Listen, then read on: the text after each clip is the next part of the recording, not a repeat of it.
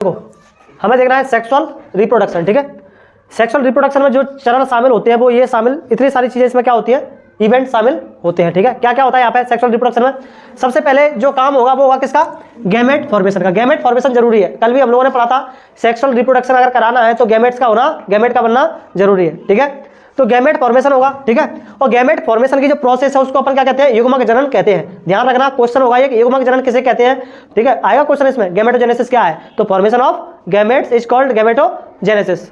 युग्मकों के बनने की प्रक्रिया को क्या कहते हैं, युग्मक जनन कहते हैं, ठीक है। पहला ये काम होगा, युग्मक बना लिए। उसके बाद जो दूसरा काम होगा वो क्या होगा, गैमेट ट्रांसफर होंगे। क्या होगा, गैमेट ट्रांसफर। गैमेट को हमें क्या करना पड़ेगा, ट्रांसफर करना पड़ेगा, यानी कि एक गैमेट तो मेल से बन के आएगा, एक गैमेट फीमेल से बन के आएगा, उनको क्या करना पड़ेगा, मिलाना पड़ेगा, यानी कि ट्रांसफर करना पड़ेगा। तो गैमेट ट्रांसफर हो गया, ठीक है। फिर जब गैमेट ट्रांसफर हो जाएगा तो गैमेट ट्रांसफर हो जाएगा तो मिल जाएंगे, तो उसको अपन बोलते हैं फर्टिलाइजेशन। क्या बोलते हैं, निषेचन। जब मेल का गैमेट फीमेल के गैमेट से मिलेगा तो उस क्रिया को हम क्या बोलेंगे, मिलने की क्रिया को निषेचन कहते हैं। क्या कहते हैं, निषेचन, ठीक है।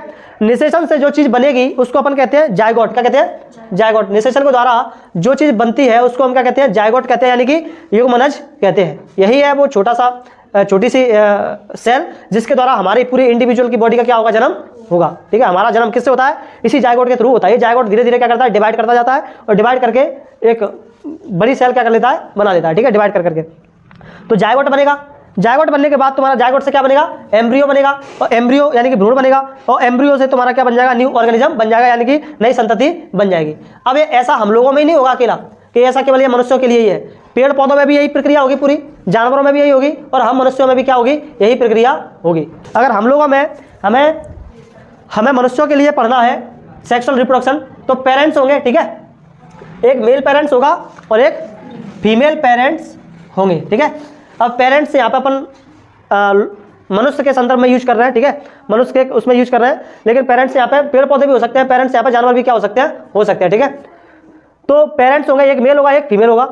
मेल के अंदर जो होगा वो क्या बनेगा, शुक्राणु। क्या बनता है, मेल के अंदर एक प्रोसेस होगी, क्या मेल को क्या बनाना पड़ेगा, गैमेट बनाना पड़ेगा, गैमेटोजेनेसिस प्रोसेस के थ्रू।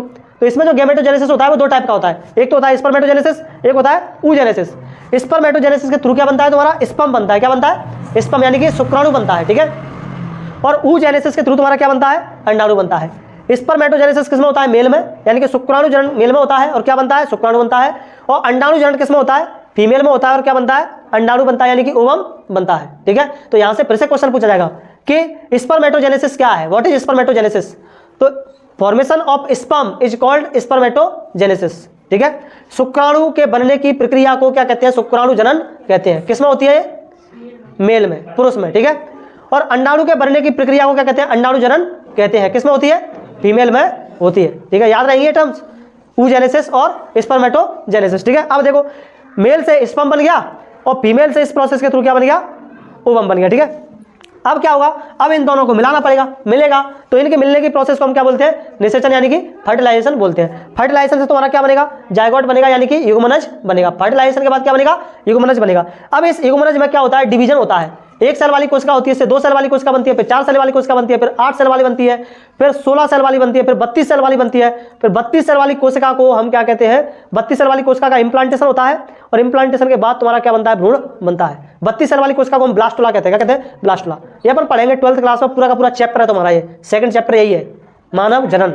तो वहाँ हम पूरे डिटेल में इसको क्या करने वाले हैं, पढ़ने वाले हैं, ठीक है। सारी की सारी चीज़ों को अपन अच्छे से पढ़ेंगे। यहाँ तो मैंने आप लोगों को वैसे ही बता दिया है, ठीक है, क्योंकि यहाँ पे इतना डिटेल में है नहीं है, तो अपन को यहाँ पे इतना डिटेल में पढ़ना नहीं है, ठीक है। तो देखो डिवाइड किया, डिवाइड से 2 सेल बनी, 2 से 4, 4 से 8 बनी, 8 से फिर ये बहुत सारी कोशिकाएं का एक गुच्छा सा बन जाएगा, एक समूह बन जाएगा।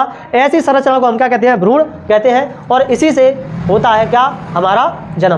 भ्रूण से ही होता है क्या, नई संतति का जन्म, ठीक है। ये लिखा है देखो, भ्रूण से क्या बन जाएगा, तुम्हारा नई संतति क्या हो जाएगी, बन जाएगी, ठीक है। तो अब हम पहले इसमें पढ़ने वाले हैं फ्लावरिंग प्लांट में जो है सेक्सुअल रिप्रोडक्शन पढ़ेंगे। पहले पेड़ पौधों में पढ़ेंगे सेक्सुअल रिप्रोडक्शन, फिर हम अपना पढ़ेंगे सेक्सुअल रिप्रोडक्शन, ठीक है।